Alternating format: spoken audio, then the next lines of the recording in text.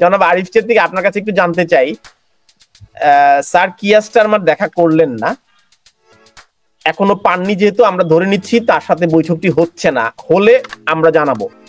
আপনি কি মনে করেন যে টিউলিপ রেজন সিদ্দিকী তিনি একই ক্যাবিনেটের মন্ত্রী ছিলেন এবং স্যার কিয়ার স্টারমারের সাথে টিউলিপের যে সম্পর্ক, তিনি তার কলিগ এবং একই ক্যাবিনেটের তার সরকার, আপনি কি মনে করেন যে টিউলিপ এখানে কোনোভাবে প্ররোচিত করেছে, অথবা স্যার কিয়ার স্টারমার অস্বস্তিতে রয়েছেন এই বৈঠকটি নিয়ে, এই কারণেই বৈঠকটির নিশ্চয়তা পাওয়া যাচ্ছে না?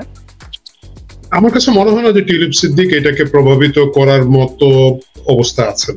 ফ্র্যাঙ্কলি স্পিকিং, উনি এখন একজন এমপি, বরঞ্চ এইসব কাহিনী সবকিছু মিলে কিন্তু টিউলিপ সিদ্দিক নিজেও একটা অস্বস্তিতে আছেন এবং তাকে নিয়ে তার স্বাভাবিক, তিনি যখন রেজিগনেশন দিয়েছেন তখনও কিন্তু উনি বলেছেন যে আমার সরকারের ফোকাসটা যাতে নষ্ট না হয়, এই জন্য আমাকে নির্দোষ পেয়েছে আমার সরকার, বা যে যুক্তরাজ্যের যে তদন্ত প্রসেসের মধ্য দিয়ে গিয়েছে, যুক্তরাজ্যের যে অভিযোগগুলো ছিল এগুলোর মধ্যে কোনো সারবস্তু পায় নাই, কিন্তু উনি বলেছেন যে অস্বস্তির দরকার নাই, লেট গভর্নমেন্ট গো।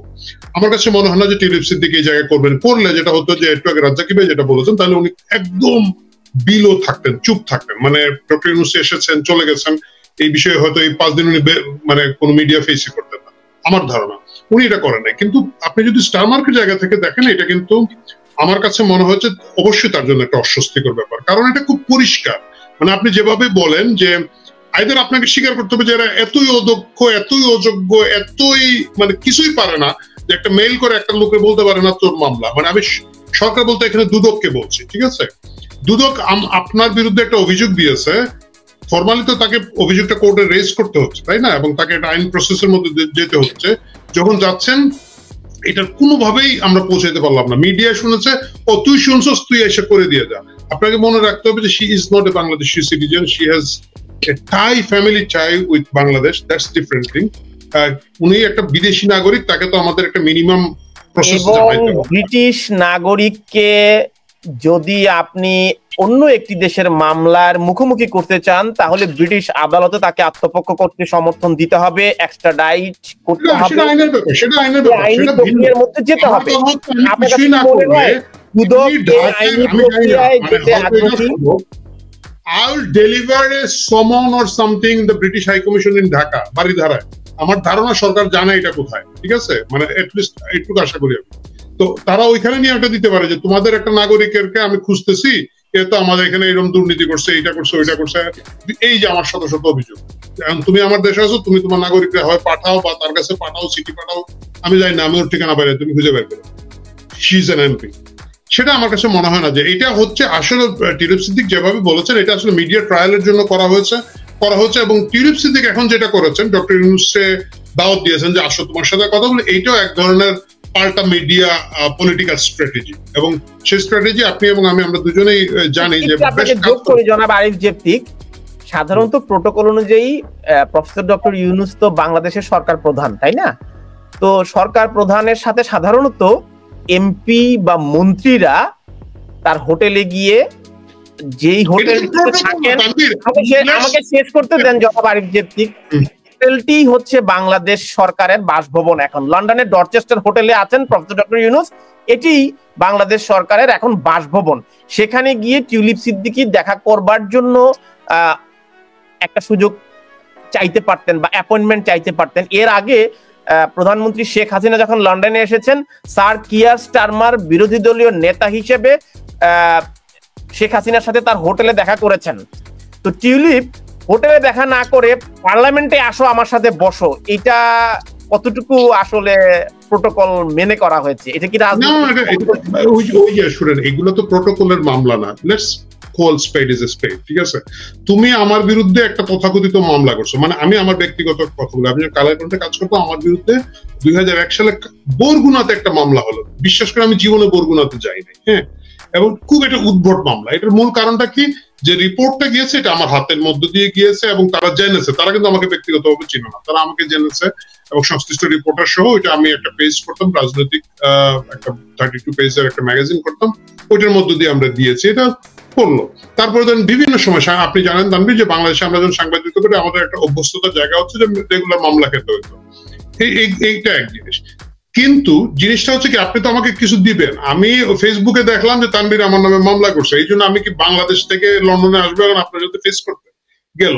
সুতরাং টিউলিপের কি অবস্থা? টিউলিপ যেটা চাচ্ছেন, উনি প্রমাণ করতে চাচ্ছেন ব্রিটিশ জনগণের কাছে, বাংলাদেশের জনগণের সাথে কিন্তু উনার খালা রাজনীতি করেন বা উনার মানে ফ্যামিলির লোকজন রাজনীতি করেন, উনি কিন্তু ব্রিটিশ জনগণের কাছে দায়বদ্ধ। উনি ইলেক্টেড 4 বারের এমপি এইখানকার। উনি ব্রিটিশ জনগণকে এখন কি বলবেন যে দেখো আমার নামে কোথায় যেন একটা মামলা হয়েছে, আমার কিছুই দেয় না। এই জিনিসগুলো কিন্তু স্টাবলিশ হয়েছে লন্ডন, আপনি জানেন। এখন এই বিবৃতির মাধ্যমে অন্তত আমি জেনেছি, এবং আমি আমার অনেক ব্রিটিশ কলিগ এখানে যারা আছে তাদের সাথে কথা বলতেছি, ওরা কিছু বলে নাই।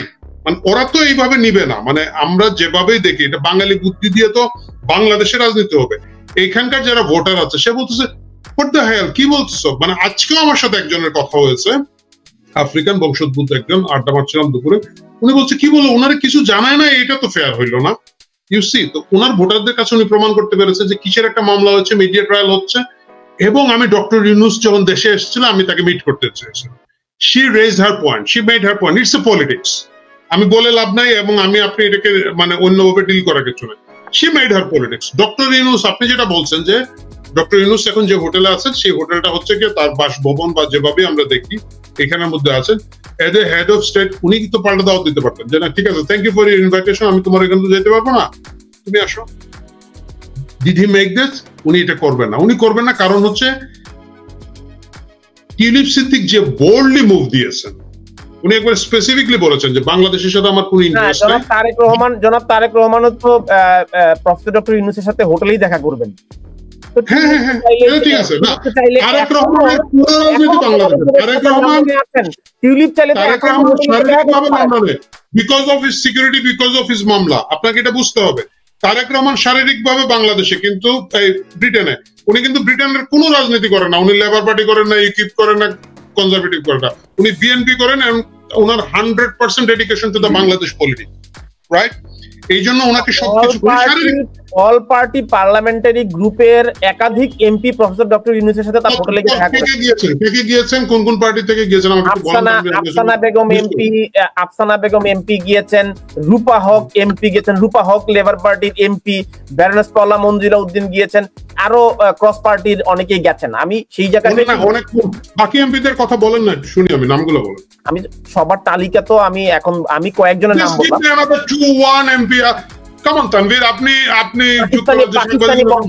পাকিস্তানি বংশোদ্ভূত একাধিক এমপি গেছেন। পাকিস্তানি লোকজন তো যাবে, পাকিস্তানি অ্যাম্বাসেডর যে গিয়ে রিসিভ করে না, এটাই তো আমি অবাক হয়েছি। সেটা তো ওই গল্প করে তো লাভ নেই। পাকিস্তানি হাই কমিশনার যে গিয়ে লাভ দিয়ে পড়ে না, এটাই আমার কাছে অবাক লেগেছে। হয়তো সে খবর পায় নাই, মানে এরা তো এত ইনএফিশিয়েন্ট। এরা ওই যে স্টার মার্ক কানাডা আছে মার্কে চাপা মারে, তো ওরা হয়তো ওই খবরটা দিতে পারে না, সেটা হতে পারে। আদারওয়াইজ পাকিস্তানি হাই কমিশনার গিয়ে এয়ারপোর্টে রিসিভ করতে, পাকিস্তান বংশোদ্ভূত এমপি যাবে। আর বাকি যে দুজন গিয়েছেন আপনি বললেন, দুজনই হচ্ছেন বাংলাদেশি বংশোদ্ভূত এমপি। ঠিক আছে, ভদ্রতা করে গিয়েছিলাম, যাওয়া উচিত, যেহেতু বাঙালি কমিউনিটির সাথে তারা আছেন, যদিও তারা ব্রিটেনের পলিটিক্স করেন। ফাইন, বাকি দুইজন যান নাই। আমি যেহেতু জানি রোশনারা একজন আছেন, উনি যান নাই, এবং টিউলিপ সিদ্দিক যান নাই। এই তো বোধ 4 জনই তো বোধ বাংলাদেশি বংশোদ্ভূত এখানে আছেন এমপি। তো 50-50 দুজন গিয়েছেন। সেটা কি অল পার্টি এমপি গিয়েছেন এমন একটা ভাব দেখানো হচ্ছে যে মনে হচ্ছে যে মনে করেন যে অনেক বিভিন্ন বংশোদ্ভূত, আফ্রিকান বা ব্রিটিশ বংশোদ্ভূত, ঋষি সুনাক মার্কা ভারতীয় বংশোদ্ভূত বিভিন্ন ধরনের এমপি গেছেন। তা কিন্তু না, 2 জন এমপি গিয়েছেন। আমি আপনাকে বলতেছি কি, লেটস ডিসকাস অনেস্টলি, হ্যাঁ, সততার সাথে। সব ধামাচাপা জার্গন পলিটিক্যাল কথা বলে লাভ নেই। 2 জন এমপি বাংলাদেশি বংশোদ্ভূত, তারা গিয়েছেন দেখা করতে। আমি রেসপেক্ট করি তাদের এই ডিসিশনকে, এবং ভালো করেছে। বাংলাদেশি রাষ্ট্রপ্রধান না সরকার প্রধান এখানে এসেছেন, তাকে কার্টেসি দেখা করবেন, কারণ তাদের ভোট, যারা এই 4 জন এমপি হয়েছেন তাদের পিছনে প্রত্যেক বাংলাদেশিদের একটা শুভেচ্ছা, ভালোবাসা, দোয়া আছে। ভোট দিতে পারুক না পারুক, ওই এলাকায় থাকুক না থাকুক, সো এটা খুব স্বাভাবিক। এটাকে অল পার্টি পার্লামেন্টারি এইসব বলা তো কিছু না। বলেন বাংলাদেশি বংশোদ্ভূত যে 4 জন এমপি ছিলেন, এর মধ্যে 2 জনকে ডক্টর ইউনূসের সাথে দেখা করেছেন, করা উচিত। আমি বলছি এটা ভদ্রতা। এখন বাকি 2 জন করেন নাই, সেটাও তাদের ইচ্ছা। এখন তাদের মধ্যে যদি ওইটা এক জিনিস, ভারতীয় বংশোদ্ভূত যে লর্ড আছেন, লর্ড কিরণ বিলমরিয়াও গেছেন। তো শুধু পাকিস্তানি নয়, ভারতীয় বংশোদ্ভূত আছে। আমি লর্ডদের আলাপেই যাচ্ছে না, লর্ড, ওবি, এমবি, ওনারা যাবেন। সেটার আবার ভিন্ন রাজনীতি। আমি পার্লামেন্টারি কমিটি বলছেন, তো আমি পার্লামেন্টার একবার direct specific house of Commons এর মধ্যে আছে, সেটা ভিন্ন জিনিস। টিলিপ সিদ্দিক তাকে দাওয়াত দিয়েছেন পার্লামেন্টে, আপনি বলছেন প্রটোকল ভঙ্গ হয়েছে, আমি আপনার সাথে একমত। উনি তো প্রটোকল মেনটেন করতে চান না, উনি বলছেন যে তুমি তো প্রটোকল মেনটেন করছো না, তুমি আমাকে এই বাংলাদেশের দৈনিক ইত্তেফাকে প্রথম আলো আমার নামে নিউজ করতেছো, ওকে তুমি এখানে আসছো, লেটস স্টপ। আমি যেটা মনে করি, আমি যদি ডক্টর ইউনূসের টিমে হতাম, আমি দুইটা জিনিস করতাম। এক করতাম যে তুমি তো আমার সাথে বসার কিছু নাই, দুদকের মামলা, দুদক চেয়ারম্যান আসছে, দুদক চেয়ারম্যানের কাছে এসে তুমি তোমার কাগজপত্র দিয়ে দাও, উনি তোমার অভিযোগ বুঝাই দেবে। That could B a good টাক। মানে আমি যেটা দেখি আর কি রাজনীতি জায়গায়, যে আমি তো আমার দেশের দুদকের লোকরে নিয়ে আসি, যে তোমার মামলা ডিল করছে, আমি তো ভাই সরকার প্রধান, আমি তো জানি না, দুদক আমার মানে একটা ইন্ডিপেন্ডেন্ট প্রতিষ্ঠান, সে করতেছে, তার সাথে বসো। এক। দ্বিতীয় হচ্ছে ডক্টর ইউনূস বলতে পারতেন যে তুমি তো এমপি, আমি হচ্ছি head of government of the country, right? So তুমি আমার কাছে হোটেলে আসো, আমি তোমাকে চা খাওয়াবো, তুমি আমাকে চা এবং লাঞ্চ খাওয়ার যে দাওয়াত দিয়েছো, থ্যাংক ইউ ভেরি মাচ। যে কেউ দাওয়াত দিতে পারে, তাই না? ধরেন আমি একজন সাধারণ নাগরিক, আপনি তানভীর লন্ডনে আছেন, আপনি বলতে পারেন যে ডক্টর ইউনূসকে আমি দাওয়াত দিলাম আমার বাসায় একটু এসে রাতের খেয়ে যাবে, এটা তো কোনো অসুবিধা। So that is fine. কিন্তু ওই জায়গাগুলোতে আবার ওই সাহসটা ফেস করার সাহস আছে কিনা না আমি জানি না, থাকতে পারে। টিউলিপের নামের মামলারও তো মেরিট আছে বা নাই সেটাও আমি জানি না, কারণ আমি প্রথমত আইনবিদ না এবং এটাকে ফলো করি না, বাট এটা একটা বিগ পলিটিক্যাল ইম্প্যাক্ট আছে টিউলিপের এই মামলাটা। ঠিক আছে, আমরা সেই জায়গায় টিউলিপ তার ভোটারদের কাছে অনেক বেশি আমি মনে করি আপার হ্যান্ড নিতে পেরেছেন, বিকজ আগামীতে তো নির্বাচন আসবে, আর এখানে তো আপনি অমুকের খালা, অমুকের মামা, অমুকের ভাতিজা ভাগনা করে মেয়র হয়ে যাবেন, এমপি হয়ে যাবেন, ওইসব খাতির চলবে না, তাই না? সো শি ক্যান প্রুভ, কারণ তার নামে একটা বিরাট এলিগেশন তো এখানে, সে মিনিস্ট্রি তাকে উনি রিজাইন করেছেন, উনি এখন বলতে পারবেন যে দেখো বাংলাদেশের এটা পুরা ভুয়া, আমি ডেকেছিলাম, আসে নাই, করে নাই। উনিও ওনার রাজনীতিটা করেছেন এবং আমি মনে করি অনেক স্মার্টলি করেছেন। মানে এটা হচ্ছে আমার পক্ষে। আমি আপনার কাছে একটা জানার আগ্রহ, যে ভুল বোঝাবুঝি গেল বা মিস ইনফরমেশন আসলো প্রধান উপদেষ্টার প্রেস সচিবের কাছ থেকে, যে স্যার কিয়ার স্টারমারের সাথে কানাডায় আছেন, কিন্তু একজন সরকার প্রধানের সাথে ব্রিটিশ প্রধানমন্ত্রীর বৈঠক হবে, এটি তো ঢাকা থেকেই ঠিক করে আসার কথা। তো আপনার কাছে কি মনে হয় যে এখানে এসে লবিং করে, দৌড়াদৌড়ি করে একটা ফটো সেশনের জন্য খুব চেষ্টা চলছে, বিষয়টি এরকম নাকি? বায়োলেটারাল, যদি এটা বায়োলেটারাল ডিসকাশন হয় তাহলে ডেফিনেটলি এটা তো আগে থেকেই ঢাকা থেকে পররাষ্ট্র মন্ত্রণালয়ের মাধ্যমে হোক, তার টিমের মাধ্যমে এটা করা উচিত ছিল। তো সেটি কি করতে ব্যর্থ হয়েছে বাংলাদেশ? আমার এখানে একটা ব্যক্তিগত মূল্যায়ন আছে। ধরেন ডক্টর ইউনূস তার জীবনে একটা বিশাল সফল, মানে আপনি যদি 3 জন 2 জন 5 জন বাঙালির একটা তালিকা করেন যে যেখানের মধ্যে যারা সফলতা একটা চূড়ান্ত জায়গায় গিয়েছেন এবং তার সেই যোগ্যতার থেকে তার জায়গা থেকে গেছে, কিন্তু ওনার আশেপাশে যে লোকগুলো আছে তাদের সকলকে উনি বাছাই করতে পারেন নাই। আসলে উনিও 8 তারিখে এসেছেন এবং দুনিয়ার যত লুথা মুতা অযোগ্য অদক্ষর একটা বিগ চাঙ্ক অফ পিপল তার সাথে, এরা কিছুই জানে না, এরা রাতে ইউটিউব দেখে এবং ইউটিউবে কি আমরা বলে গালাগালি করি, ওইটার অনুযায়ী পরের দিন সরকারের কোর্স অফ অ্যাকশন বদলায়। এটা বাস্তবতা। আপনি জানেন, আমি জানি ফেসবুকে কয়টা লাইক পাইলো, রাজ্জাকি ভাই আমার হায়া দিল, তাহলে উনি আমার শত্রু, তানভীর আমার লাইক দিছে, উনি আমার ভালো। এইভাবে বিগ চাঙ্ক অফ গভর্নমেন্ট চলতেছে, আমার পর্যবেক্ষণ এটা।